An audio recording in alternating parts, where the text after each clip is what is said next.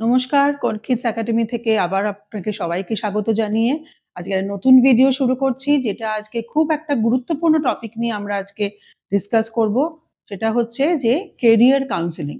Career counselling বলতে আমরা কিন্তু আজকালকার দুনিয়াতে বা আজকালকার জগতে এত রকমভাবে কম্পিটিশনটা ছেয়ে গেছে যে আমরা কিন্তু সঠিকভাবে নিজেদের যদি কেরিয়ারটাকে ঠিক নির্বাচিত না করি, তাহলে কিন্তু আমাদের পরবর্তীকালে ভবিষ্যতে কিন্তু আমরা কোথাও কোনো চাকরি পাবো না। তাহলে আমরা প্রথমে যে কেরিয়ার যে আমি বলছি, তাহলে কেরিয়ার কাউন্সেলিংটা কি?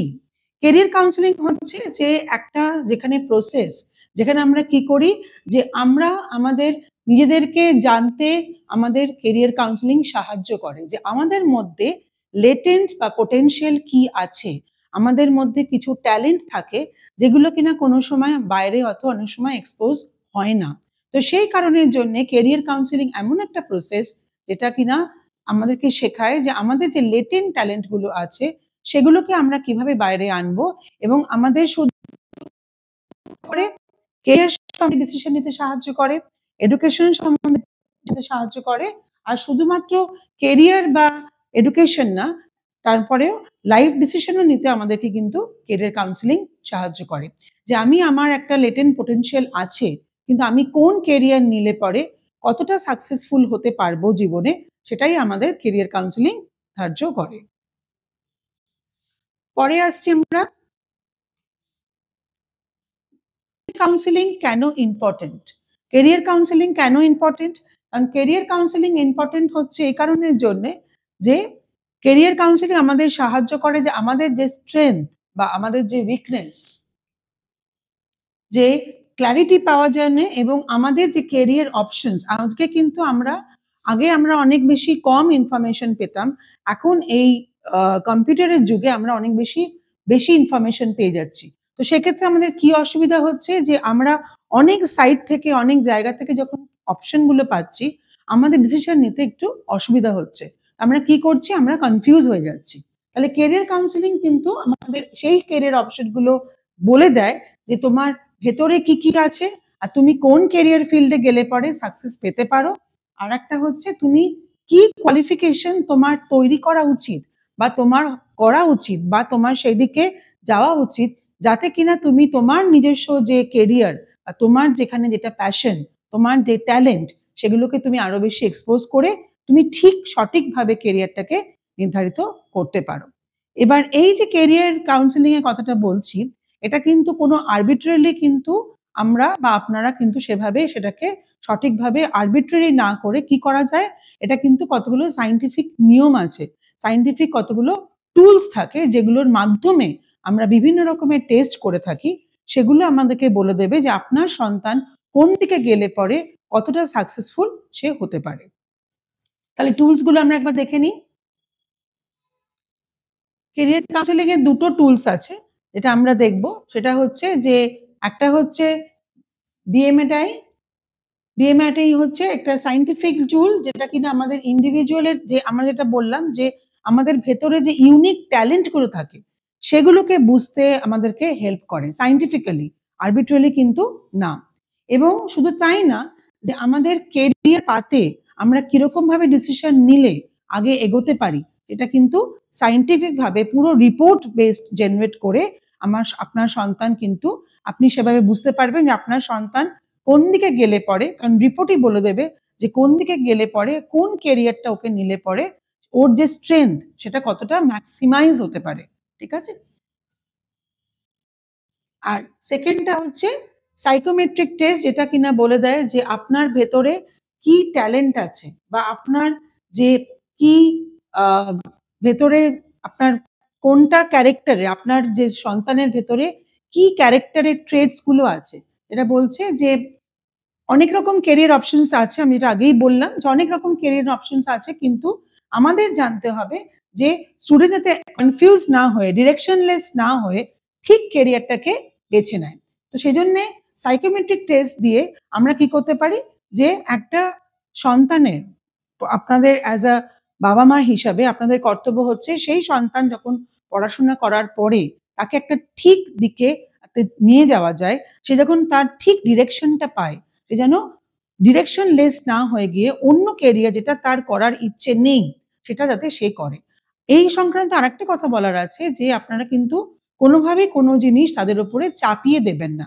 তাদের যেটা নিজস্ব ইচ্ছা, নিজস্ব পোটেনশিয়াল, নিজস্ব ট্যালেন্ট, সেই দিকে দেখবেন আপনি কতটা ম্যাক্সিমাইজ করে, কতটা মোটিভেট করে তাদেরকে সেই দিকে ডিরেকশন দিতে পারেন। আমার মনে হয় যেকোনো ক্ষেত্রে আপনাদের যদি কোনো অসুবিধা বা কোনো কোয়েশ্চেন থাকে, আমরা এই ধরনের কাজ করে থাকি। এটা কোনো আর্বিট্রারি ভাবে না, এটা পুরোপুরি সায়েন্টিফিক ভাবে করা হয়। আপনারা সবসময় আমাদের সঙ্গে জিজ্ঞেস করতে পারেন, ফোন নাম্বারে কথা বলতে পারেন। আমার মনে হয় আমরা সব রকমভাবে আপনাদের সহযোগিতা করতে পারব। যেটা লাস্ট যেটা আমরা ডিল করব সেটা হচ্ছে যে এটার বেনিফিটস কি? এই যে কেরিয়ার কাউন্সেলিং এর বেনিফিটসটা কি? কেন আমরা কেরিয়ার কাউন্সেলিং করব?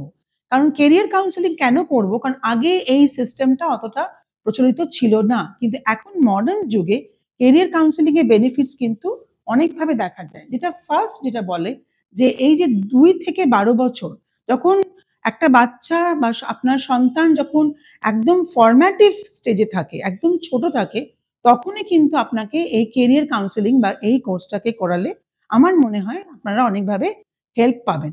তো এটা কি করা হয় যে আপনার সন্তানের ভেতরে এই যে আমি বারবার বলছিলাম যে লেটেন্ট ট্যালেন্ট, পোটেনশিয়াল প্রত্যেকের আমাদের মধ্যে একটা করে লেটেন্ট ট্যালেন্ট থাকে। এই যে জিনিয়াসটা আপনার সন্তানের ভেতরে কি স্পেসিফিক জিনিয়াস আছে সেটা কিভাবে আপনি বের করে নেবেন সেটাই আমাদেরকে বলে হচ্ছে কেরিয়ার কাউন্সেলিং।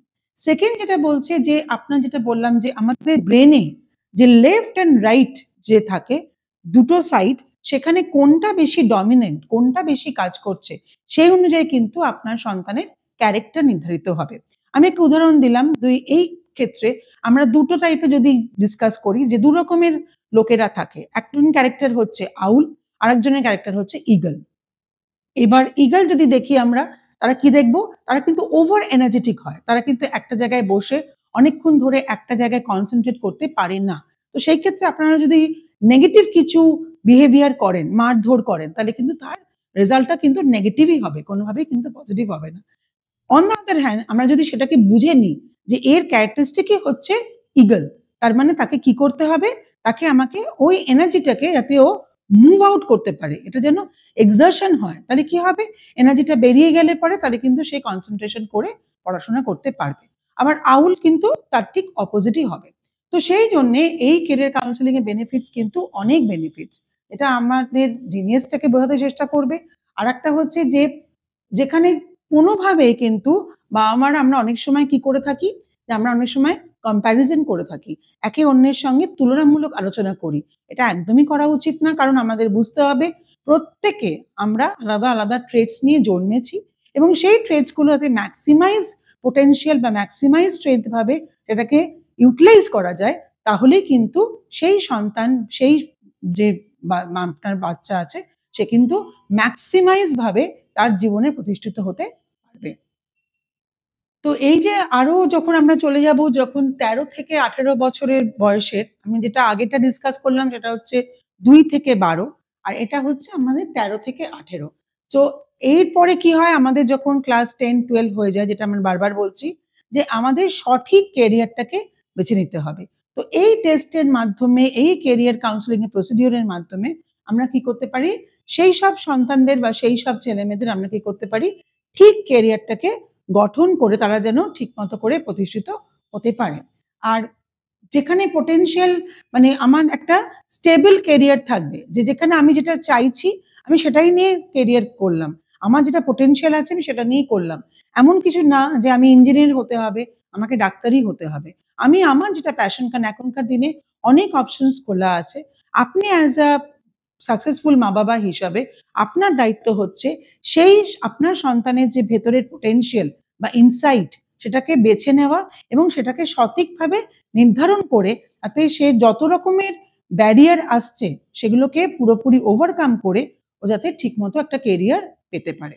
আর আরেকটা যেটা হচ্ছে যে লিমিটেড কোনো কেরিয়ার অপশন কিন্তু কেরিয়ার কাউন্সেলিং দেয় না।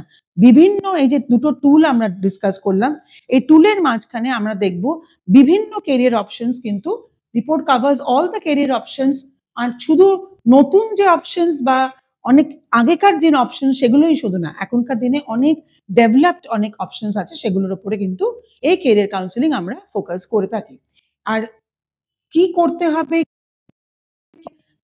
আপনার কমফর্ট জোনটা কোথায়, সেটা আপনি আপনার সন্তানকে আমাদের এরকম কেরিয়ার কাউন্সেলিং এর যে কোর্স গুলো আছে বা আপনার প্রোগ্রাম গুলো হয়, সেগুলোর মাধ্যমে আমরা কি বলে থাকি, এইভাবে কিন্তু আমরা চেষ্টা করি যে মা-বাবা তার সন্তানকে যাতে তার নিজস্ব যে পোটেনশিয়ালটা আছে সেটাকে ভালো করে ইউজ করে দিলে পরে যাতে সে নিজস্ব একটা সাকসেসফুল পরবর্তীকালে একটা লোক বা মহিলা গড়ে উঠতে পারে।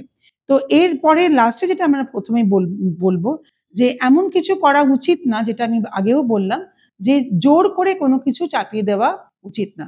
একটা মাছকেও আমরা বলতে পারি না যে জল থেকে সেরে এসে ল্যান্ডে এসে থাকুক।